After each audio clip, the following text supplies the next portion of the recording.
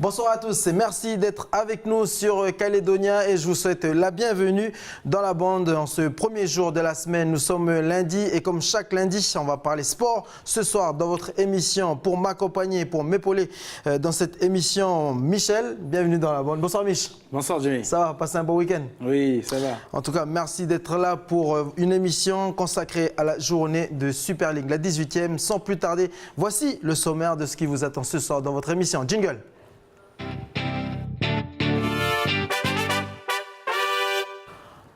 Alors, on va parler de football avec la 18e journée de Super League qui s'est disputée ce week-end à Nouméa et à Koné. Deux rencontres que vous avez pu suivre de cette 18e journée en direct sur Calédonia à 17h et 20h. Michel, l'événement du week-end, c'est Yingen Sport qui perd donc la tête du classement face à une belle équipe du Mont d'Or. Oui, c'est bien ça, Jamie. Yingen Sport qui perd contre le Mont d'Or et c'est les Nouméens qui font la bonne affaire puisqu'ils remontent à la 8e place. Et surtout, il bat Yingen qui est la tête du classement et qui est rétrogradé à la 2e place. Rétrogradé à la 2e place. Donc du coup, ce soir, tu nous as présenté le résumé du match avec les buts. On va revoir les buts. Voilà, ça sera un spécial highlight de ce que Yingen a fait ce week-end. Spécial highlight, tu peux le dire en français. Oui, le résumé, les plus belles actions. Les moments forts de cette rencontre. Et en fin de première partie, tu nous as préparé un spécial top but. Voilà. Le top but, 5 beaux buts dans celui de Bertrand Caille, une belle frappe à l'extérieur de la surface.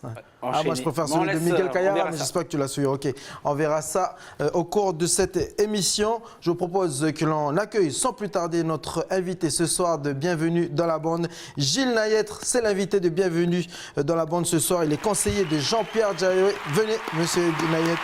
Voilà, spécial ovation. Il y a du monde sur le public. Bienvenue dans la bande. Bonsoir. Il y a du monde. Donc, Gilles Nayêtre, conseiller de Jean-Pierre Djaoué, le président de Yingen Sport. Et puis aussi le président du comité provincial Nord de football. Bonsoir, monsieur Nayet. Bonsoir. Comment est-ce que vous avez vécu du coup cette défaite? Vous étiez pas loin sur le banc. Oh, c'est toujours des matchs qu'il faut prendre comme il vient. Hein. On gagne, on perd. Mais perdre, ça nous fait grandir aussi. On le prend comme... c'est vrai que les garçons n'ont pas été à la hauteur samedi soir. Mais bon, on le prend comme il vient.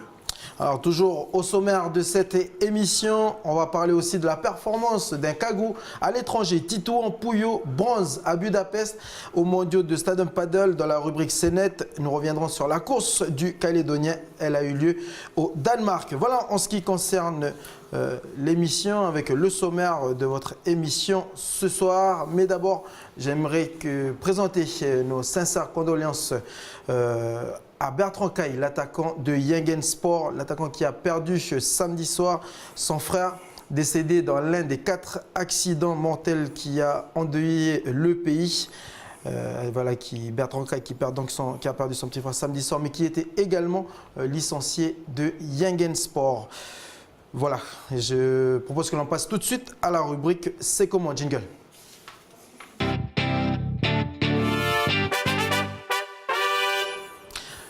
Alors Gilles Nayet, avant de revenir sur la Super League, avant de parler sport et football qui a eu lieu, le foot qui a eu lieu ce week-end sur la Calédonia, c'était un week-end quand même assez difficile pour Yingen Sport avec la défaite et puis le retour à la maison et cette mauvaise nouvelle au réveil dimanche matin.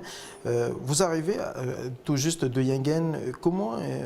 Quel est le mental des troupes, des joueurs en ce moment? J'imagine qu'il est au plus bas. Oui, le moral il est au plus bas. C'est vrai qu'on perd quelqu'un, le petit frère à Bertrand. C'est les moments difficiles que lui déjà en tant que joueur, mais aussi l'ensemble de l'équipe. Parce que c'est quand même un des garçons qui est licencié dans le club et qui a fait l'accident avec 2 autres joueurs qui étaient là samedi. Mais bon, les deux se sont sortis indemnes. Un qui est sorti ce matin de l'hôpital. Mais bon, c'est des moments difficiles pour le club, mais voilà, je pense qu'ils ont la capacité de réagir et voilà. C'est des choses qui arrivent dans la vie. Hein, voilà. Est-ce que vous avez pu prendre des nouvelles sur ce qui s'est vraiment passé? Non, on n'a pas cherché à savoir ce qui s'est passé. On on respecte le deuil de la famille. Voilà. En tout cas, on présente encore une fois, je le rappelle, nos plus sincères condoléances à la famille de Bertrand Caille, l'attaquant de Yingen Sport, et puis également au club de Yingen Sport qui perd donc un licencié. Je vous propose maintenant que l'on parle sport et qu'on le revienne sur notre sujet du jour, le football, avec cette 18e journée qui s'est déroulée sur Calédonia, à Koné, mais également à Nouméa.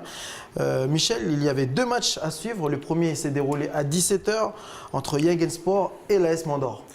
Oui, donc ouais, c'était le match à regarder puisque Yingen est en tête. Pourquoi il ne fallait pas regarder Bako point Mais si, mais bon, t'étais déjà ici, donc t'es encore là-bas sur le terrain. On ne veut plus te voir, Jamie. En plus, vous savez déjà que Jamie a perdu avec son équipe de Bako. Mais oui, donc c'était à 17h regarder Yingen Sport avec le Mont d'Or et le RCP Pointe-Dimier contre la JS Bako. C'était à 20h. C'était à 20h. Et effectivement, Yingen Sport qui perd et qui fait une très mauvaise opération puisqu'il descend, il est rétrogradé en 2e place. Car Magenta a fait une très bonne opération en battant Tigasport le dimanche, hier. Donc je propose qu'on regarde ce qui s'est passé avec Yingen Sport, l'extrait. Qui montre un peu une petite marque de fatigue peut-être.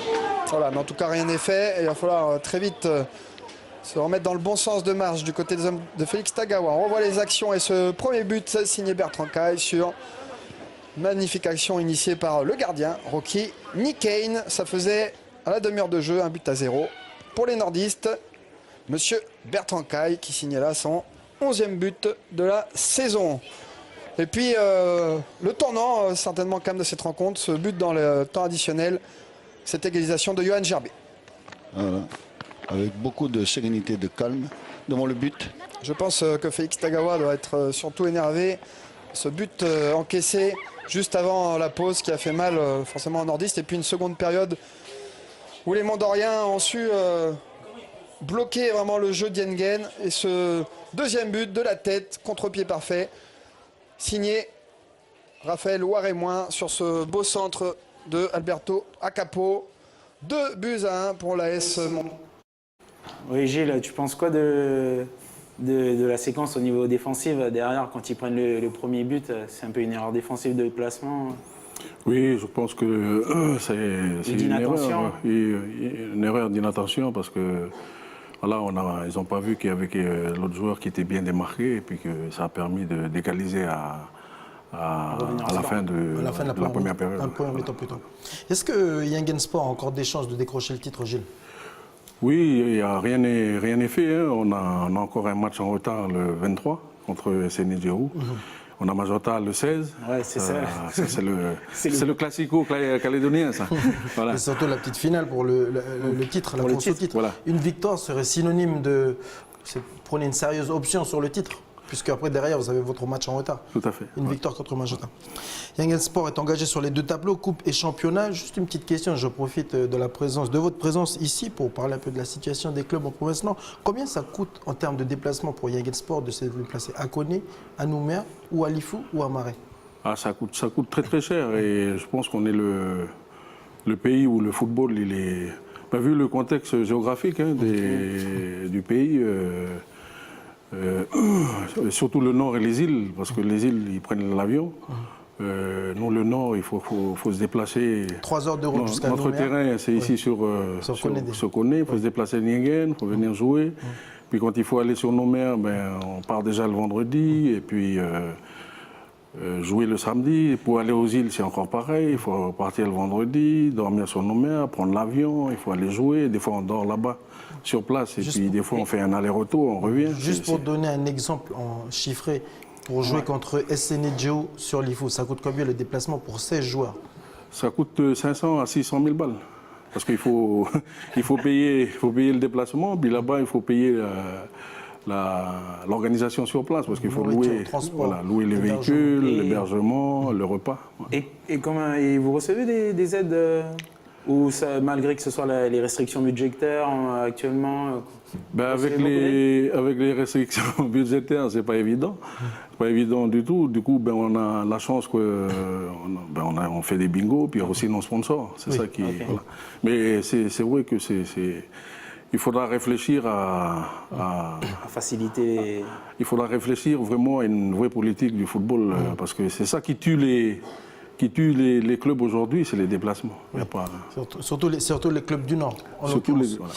À 20h, Michel, le Racing Point-Dimier affrontait la JS Bako, le derby de la région Paichi. Oui, donc ouais, c'était un match que tu as participé, Jamie, et qu'ils ont perdu, et c'était une très mauvaise opération de votre part, puisque JS Bako devait gagner. Bon, ça laisse encore des chances à Bako de pouvoir ne pas être dans la zone de relégable et de descendre en promotion d'honneur du Nord. Mais c'est vrai qu'en effectuant cette mauvaise opération contre le Racing RCP, ça vous donne des très mauvaises chances. La tâche va devenir de plus en plus difficile pour se maintenir pour la JS Bako. Mais c'est encore possible parce qu'il reste encore 5 matchs, jusqu'à la 22e journée qui sera la fin du championnat. Et donc, mais c'est vrai que le RCP a fait une très bonne opération et ça a été un match qui a été tenu en haleine jusqu'au bout. C'était assez dur parce que tous les deux équipes avaient des enjeux. Et donc, Tu nous fais le résumé? on se fait le résumé. C'est parti. Que ce soit Alain Moison du côté de l'AS Magenta ou que ce soit de Tiga, de Thierry Sardo, ils ont encore grand espoir ce soir. Ils se sont réjouis de ce résultat. Des équipes, Cam, Donc pour le Racing Point-Dimier qui propose ce soir un 1 de cette équipe de la JS Bako avec... un 4. En tout cas, c'est parti. Voilà, donc là, on voit l'engagement de RCP, de La JS Bako. de la JS Bako. Et c'est vrai que le match a démarré pas au même rythme que Yengen et Mandor, mais c'était assez rythmé. Mais bon, après, là, on voit de suite le but de Alex Waga qui marque une très belle demi-volée. Ça fait 1-0 pour Point-Dimier. Ça fait 1-0 pour Point-Dimier. Et là, le deuxième but, le premier but de Bako qui égalise, c'est dû à une mauvaise estimation du gardien. Et là, on voit Adrien Poitier et ensuite le jeune Uchiu qui met le but et que, dans le temps additionnel. À 93e minute. 93e minute. Qui crucifie la JS Bako. Qui crucifie la JS Bako. Victoire de Point-Dimier, donc 2-1. Toujours avant-dernier, du coup, Point-Dimier, mais qui prend... Qui prend 10 points sur la JS Bako et qui revient à 1 point de FC Belep. Et toi, Jamie, tu as un mot à nous dire par rapport au match? Pas du tout. Allez, dis-nous. Non, c'est vrai, c'était... De l'intérieur? Tu sentais qu'il y avait de l'enjeu, tu sentais aussi que c'était le derby de deux équipes du Nord. C'est un peu la même ambiance. On se respecte, il y a beaucoup de respect, mais il y a aussi de l'envie de gagner. C'est un peu la même ambiance quand tu rencontres Yengen. Bako, Yengen Sport, ou Point-Dimier, Bako, ou Point-Dimier, Yengen. Tu sens beaucoup de respect entre les joueurs, mais tu sens aussi surtout l'envie. Mais surtout l'enjeu qui était de gagner.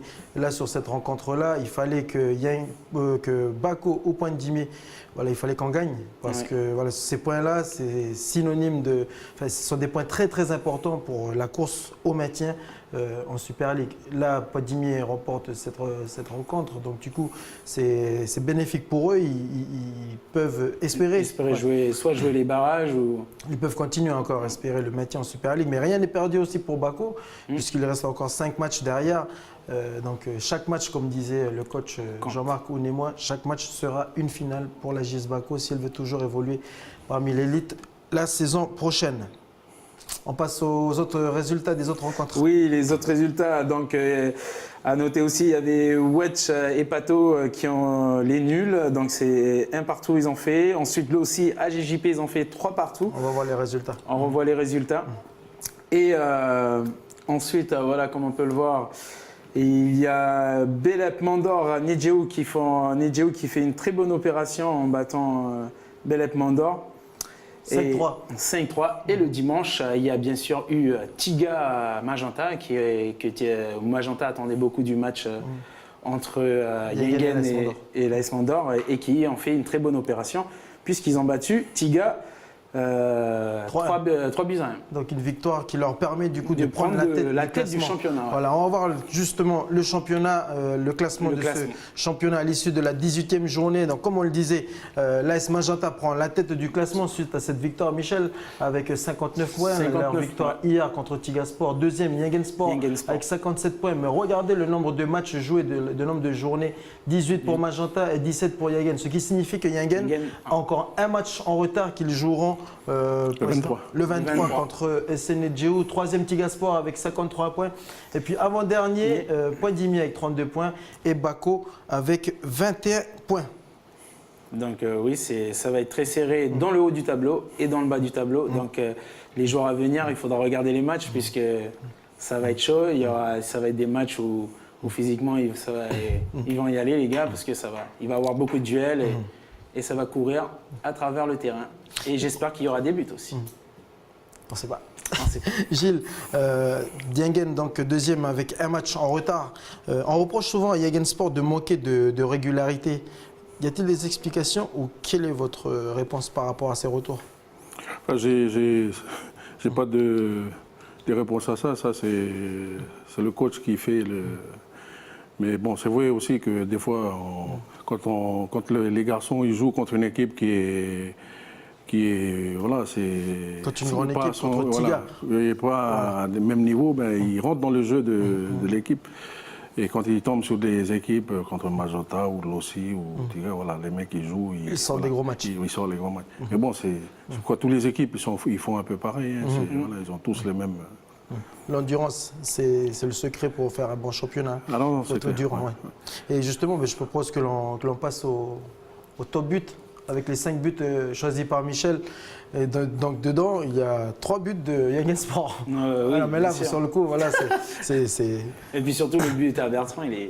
On regarde. On regarde ça. Allez, je vous propose de regarder cet extrait, le top 5 préparé par Michel Pabé.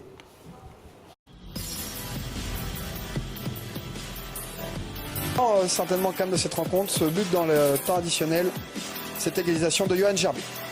Avec beaucoup de sérénité.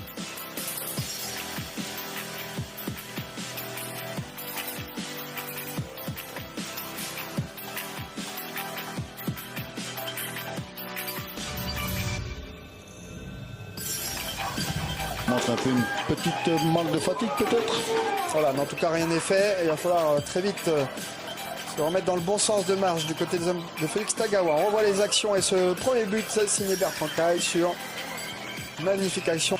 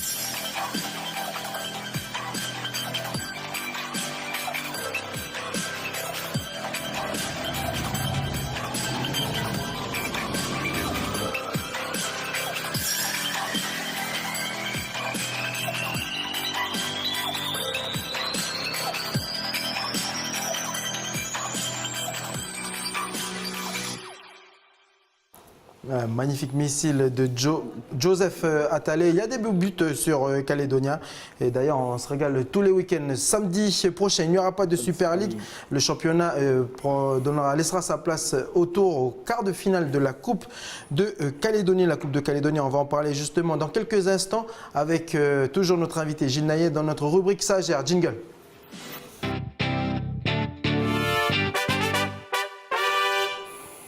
Allez Gilles, je propose maintenant que tu changes de casquette, que tu, tu tiens la casquette de membre conseiller du président de Yangensport pour enfiler celle de président du CPNF, Comité Provincial Nord de football. On va parler d'une rencontre qui aura lieu samedi à Vaud à 11h en levée de rideau de la rencontre du quart de finale entre Yangensport et tu vas me rafraîchir les idées.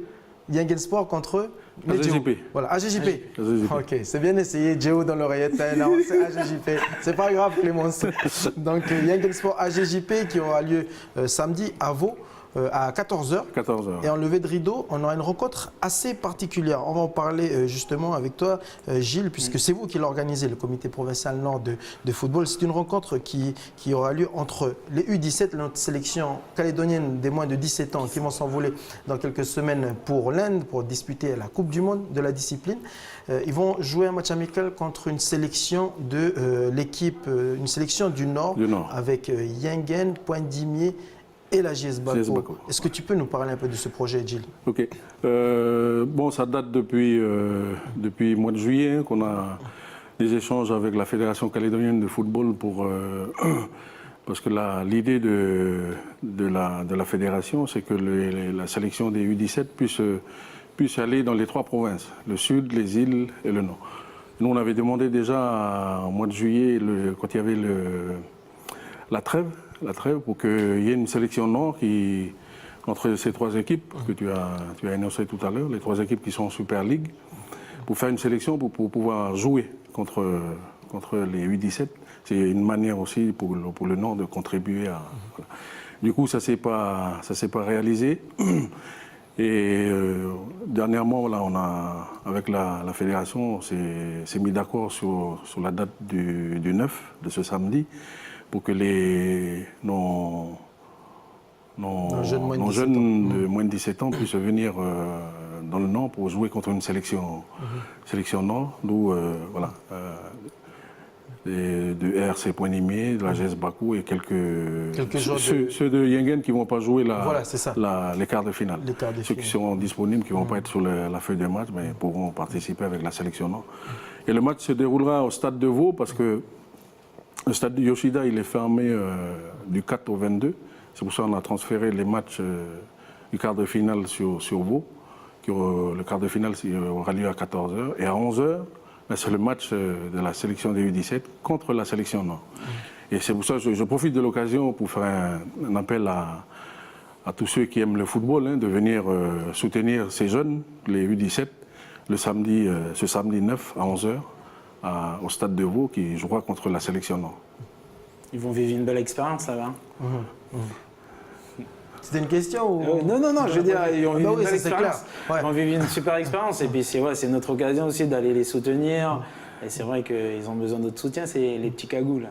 C'était une manière aussi de montrer que le comité provincial Nord est présent aussi, vous soutient dans votre démarche. Non, c'est une manière aussi, voilà, c'est une manière de contribuer à ce que fait déjà le sélectionneur de U17, ce qu'ils ont fait, ce que fait la fédération, et ce que nous on veut contribuer, notre participation dans le comité, c'était voilà, qui viennent faire un match amical avec une sélection de Nord pour les.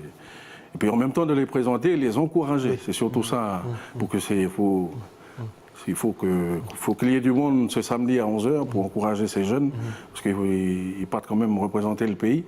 Et c'est une première. C'est une première de l'histoire du football, c'est historique. Et j'appelle la population, j'appelle à ceux qui aiment le football. Gilles, le premier match en plus c'est contre la France. Premier match Nouvelle-Calédonie contre la France. Quand tu sais que l'Algérie, en combien de participations de Coupe du Monde, ils ont toujours souhaité affronter la France. Ils n'ont jamais pu jouer contre la France. Là, la Nouvelle-Calédonie, première participation, on va jouer contre la France. C'est quand même un moment symbolique. Je voulais avoir ton avis sur l'hymne qui sera joué. Il y aura l'hymne, la Marseillaise et aussi l'hymne de la L'hymne du pays, normalement. Oui, ça va se passer comme ça. Ouais.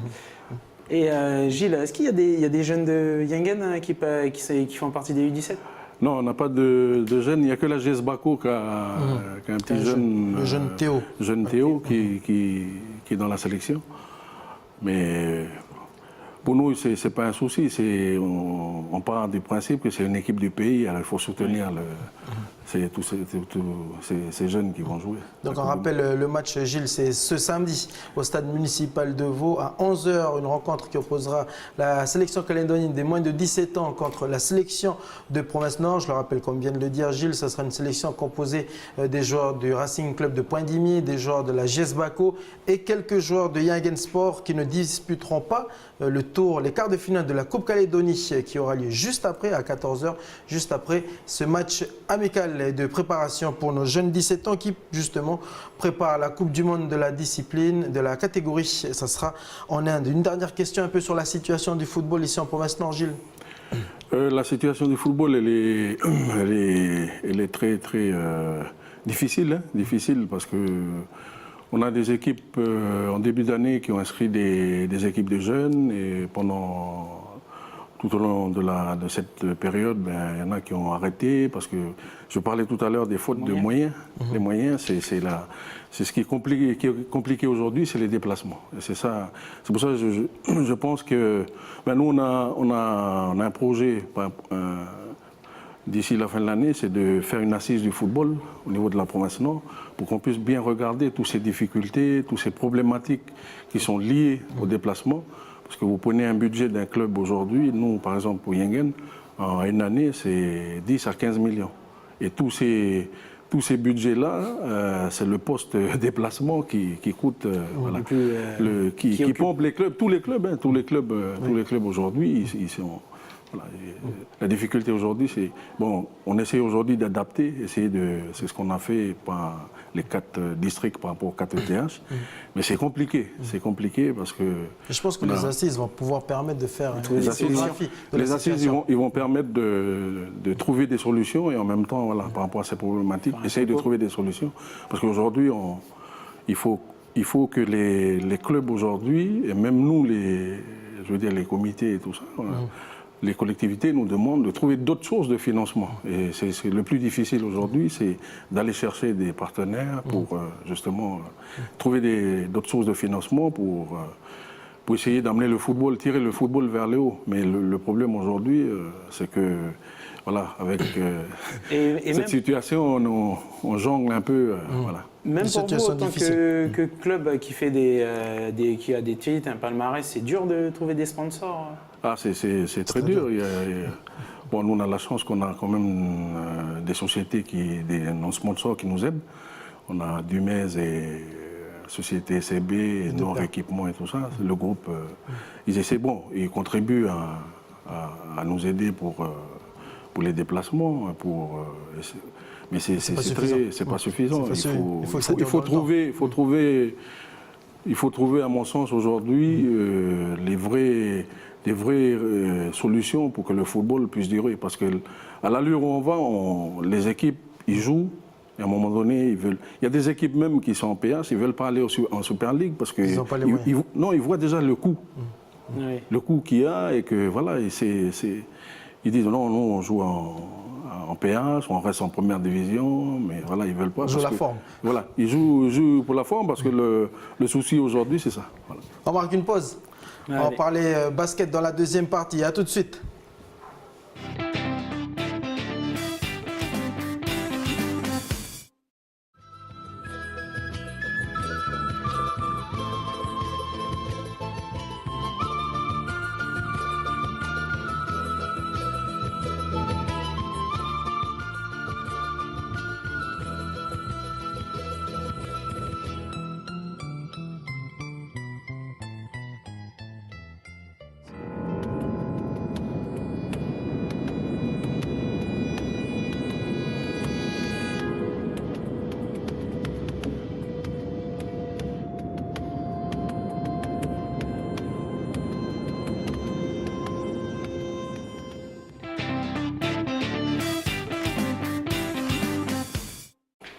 Nous sommes de retour dans la deuxième partie de Bienvenue dans la bande. On est avec Michel Nayet, j'allais dire Michel Nayet, Gilles Nayet, Michel Pimbé. Donc Gilles Nayet, conseiller de Yangen Sport et également président du comité provincial Nord de football. Michel, samedi, il y avait du basket avec les demi-finales du championnat territorial. On connaît l'affiche des finales. Oui, c'est ça. Chez les filles, victoire de 66 à 53 de la société sportive indépendante, la SSI, face à la Vallée du Tir.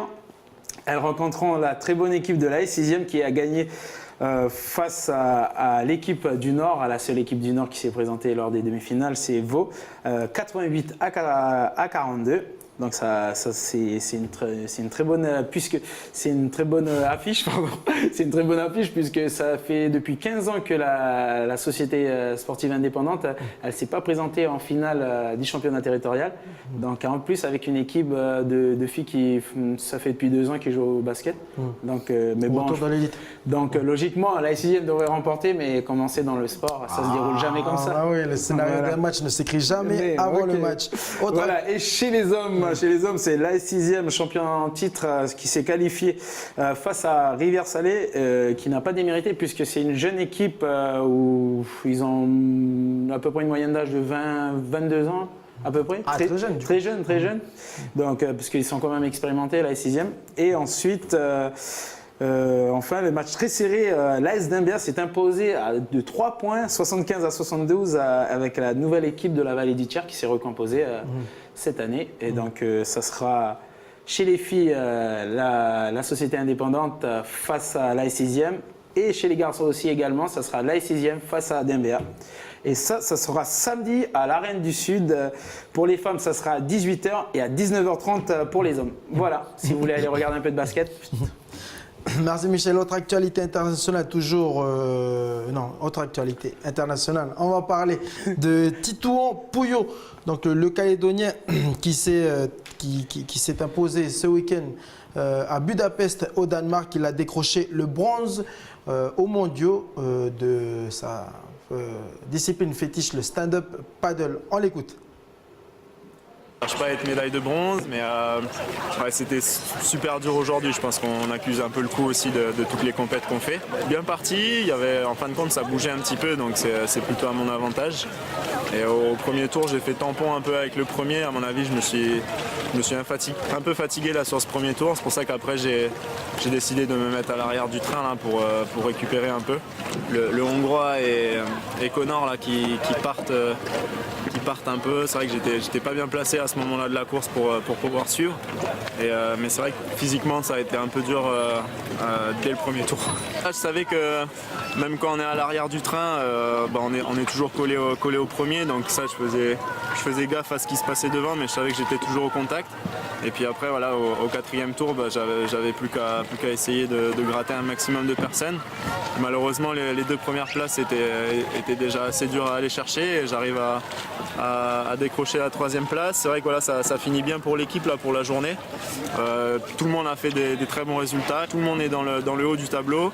L'équipe, à mon avis, est bien placée. C'est l'objectif de l'équipe de France. Et donc, on va faire en sorte de monter crescendo comme ça toute la semaine pour réussir notre objectif. Voilà, Titouan Pouyo qui bronze à Budapest. Pas mal celle-là. On termine avec celle-là. Félicitations à Titouan Pouyo. Gilles Nayet, nous arrivons au terme de cette émission. Bon courage à Yangen Sport pour samedi prochain. Et puis du courage par rapport à l'épreuve que vous traversez en ce moment. Merci d'avoir accepté l'invitation. Merci de nous avoir invités. Voilà, nous arrivons au terme de cette émission. Encore une fois, merci de votre fidélité. Puis on se retrouve demain pour un nouveau numéro. Bienvenue dans la bande. Michel, demain on va parler santé. T'es un bon toi. Allez, à demain. Ah oui, bonne soirée à santé. tous. Olé.